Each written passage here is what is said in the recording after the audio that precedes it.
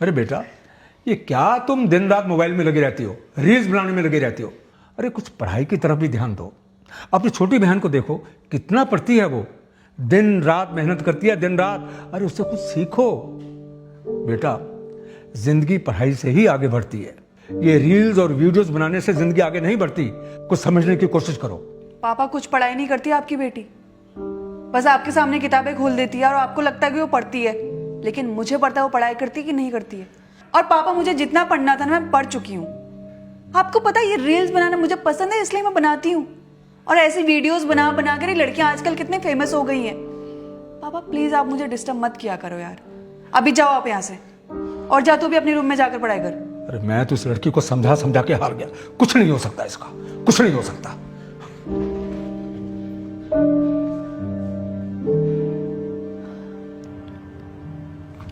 कमला देखना कितनी अच्छी मूवी आ रही है। दीदी आप जब देखो टीवी देखती रहती हो, कुछ पढ़ लो तो कुछ बन जाओगी। कमला तू देखना, एक दिन मैं भी मुंबई जाऊंगी और बहुत बड़ी हीरोइन बनूंगी, और फिर तू देखियो मैं भी टीवी पे छा जाऊंगी। दीदी हमारे पापा एक छोटी सी परचून की दुकान चलाते हैं। उनके पास इतने पैसे नहीं है कि हमारे ऐसे सपने पूरे कर सके, बल्कि हमें तो पढ़ लिख कर उनके सपने पूरे करने चाहिए। कमला मैं यहाँ रहकर कुछ भी नहीं कर सकती। मुझे हीरोइन बनने के लिए मुंबई जाना ही होगा, क्योंकि सपना है मेरा ये। ठीक है, आपको जो करना है आप करो।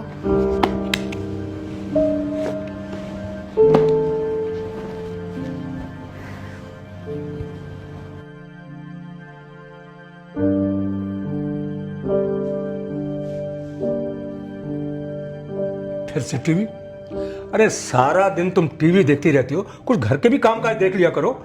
बहुत कुछ है करने और सीखने को। अरे छोटी बहन की मदद कर दिया करो, कोई खाना वाना बनाना सीख लो। जिंदगी में ये सब कुछ काम आएगा, ये टीवी नहीं। पापा आप खुद सोचो, अगर मैं घर के काम करूंगी या गैस के आगे खाना बनाऊंगी तो पापा मैं काली पड़ जाऊंगी, और फिर हीरोइन कैसे बनूंगी? पापा मैं मुंबई कैसे जाऊंगी, बड़ी बड़ी फिल्में कैसे करूंगी? आप ये सोचो। बेटा ये फिल्मों के चक्कर ने तो ना तुम्हारा दिमाग खराब कर दिया है। लगता है कि मुझे तुम्हारे लिए कोई लड़का ढूंढकर तुम्हारी जल्दी शादी करनी पड़ेगी। पागल कहेंगी। शादी मतलब मुझे कुछ करना पड़ेगा, क्योंकि अगर मैंने कुछ किया नहीं ना तो पापा मेरे किसी गंवार लड़के से शादी करा देंगे, और मैं ऐसा बिल्कुल नहीं होने दूंगी। मुझे हीरोइन बनना है, मुझे मुंबई जाना ही होगा।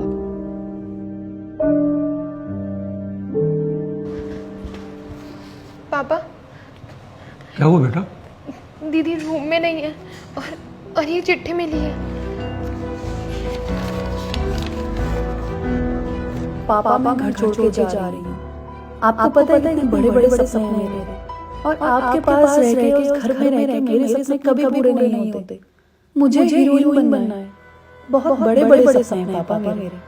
अगर मैं घर छोड़ने का फैसला नहीं लेती तो मेरे सपने कभी पूरे नहीं होते। और प्लीज मुझे ढूंढने की कोशिश मत करना आप लोग। मुझे अब आपकी बिल्कुल भी जरूरत नहीं है। ये क्या किया बेटा तूने? मैंने तुम्हें ऐसे संस्कार तो नहीं दिए थे।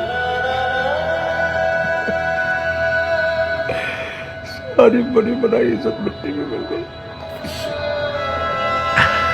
पापा आप चिंता मत कीजिए। दीदी ने जो आपकी बदनामी की है, मैं आपको आपकी इज्जत वापस लौटाऊंगी। मैं पढ़ लिख कर IAS ऑफिसर बन जाऊंगी।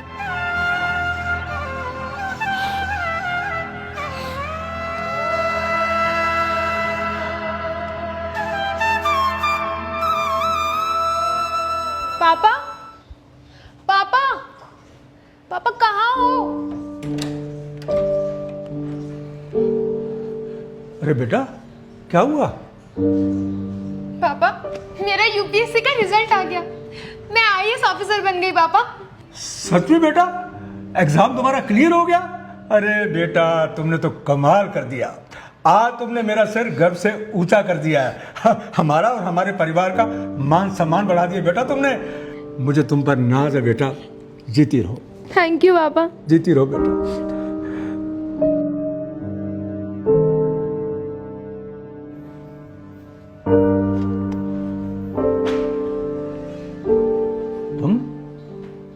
तुम यहाँ कैसे? तुम तो ये घर छोड़कर चली गई थी ना, तो यहाँ कैसे आई तुम वापस?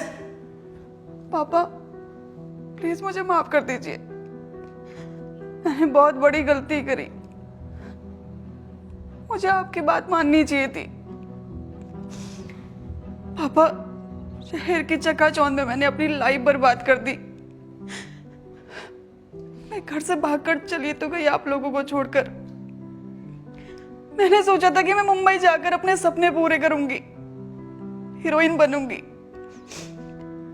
मैंने बहुत सारे ऑडिशन भी दिए पर मैं कुछ नहीं कर पाई पापा।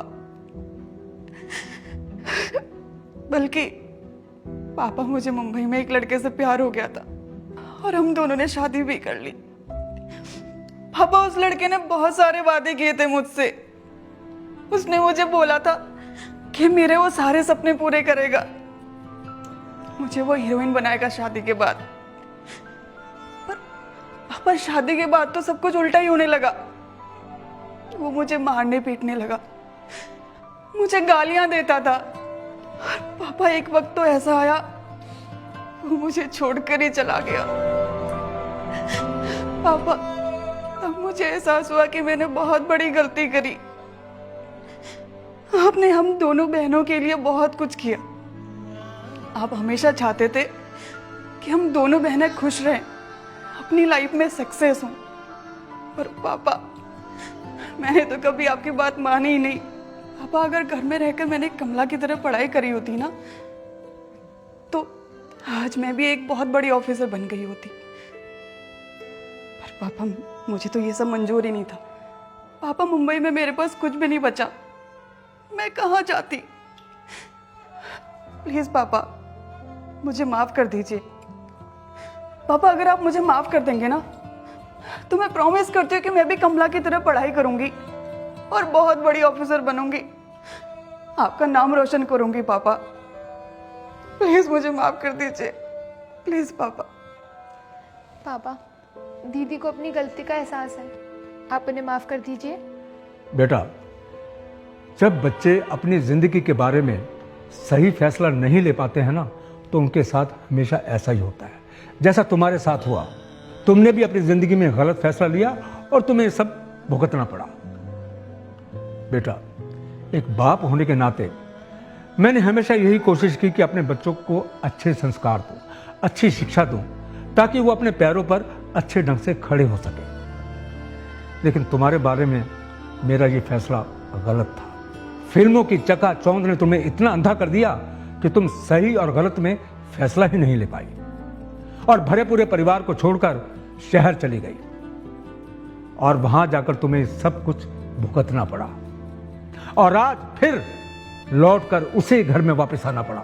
बेटा, बच्चे चाहे कितनी भी गलतियां करें, पर माँ बाप हमेशा अपने बच्चों की गलतियों को नजरअंदाज करते हैं। उसी के नाते मैं भी तुम्हें माफ करता हूं, क्योंकि आज तुम्हें अपनी गलती का एहसास हो गया। बेटा, अब मैं तुमसे भी यही चाहता हूं कि तुम कमला की तरह पढ़ लिख कर एक बड़ी अफसर बनो और जिंदगी की एक नई शुरुआत करो। बस मैं तुमसे यही आशा करता हूँ।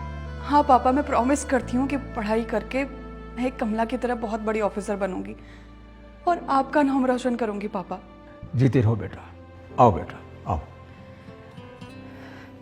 तुम मेरी वही प्यारी सी बच्ची हो। आओ, जीते रहो बच्चों।